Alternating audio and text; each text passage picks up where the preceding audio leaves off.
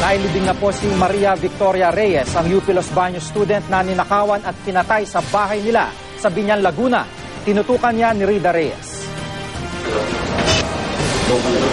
Nahuli na kahapon ng suspect sa pagnanakaw at pagpatay kay Maria Victoria Reyes. Isinuko ng kanyang mga kaanak pero itinanggi niya ang bintang. Magandang balita raw para sa mga magulang ni Vicky ang pagkakahuli kay Benigno Naile. Konting kagaanan, at least nakita na yung suspect na pumatay sa anak ko. Kaya lang, yung oras na to, hindi ko rin masabi kung ano yung... Kasi paalis na siya eh.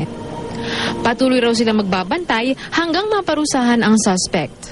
Sa parusa po, kung ano yung talaga nararapat na para sa kanya, sa death penalty po, ay pabor ako.